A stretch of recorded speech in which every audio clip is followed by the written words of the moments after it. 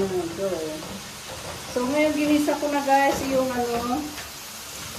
pork chop na slice namin.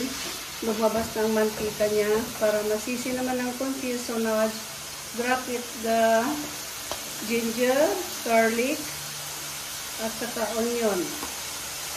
Huwag niyo isasabay yung sili muna dahil baka masyadong hot itong sili.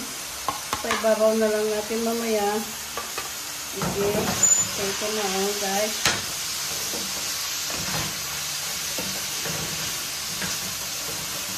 Tagasin ng konti yan. So, meron akong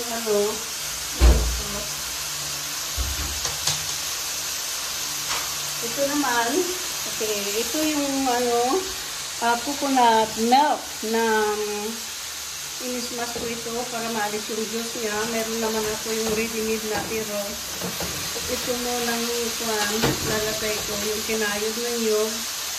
Yun ang lalagay natin dito guys. Palakotin muna natin ito. Ito sa pagdatan natin ng huwag natin na ilagay lahat dahil maraming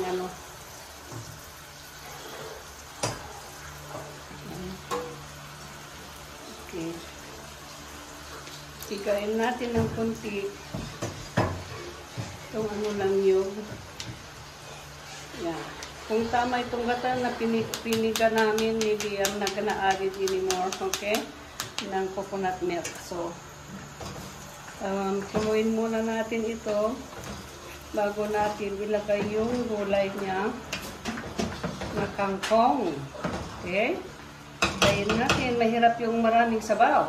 Kaya, palaputin muna natin yan bago natin ilagay yung gulay. And that's it. Okay? So, well, wait guys.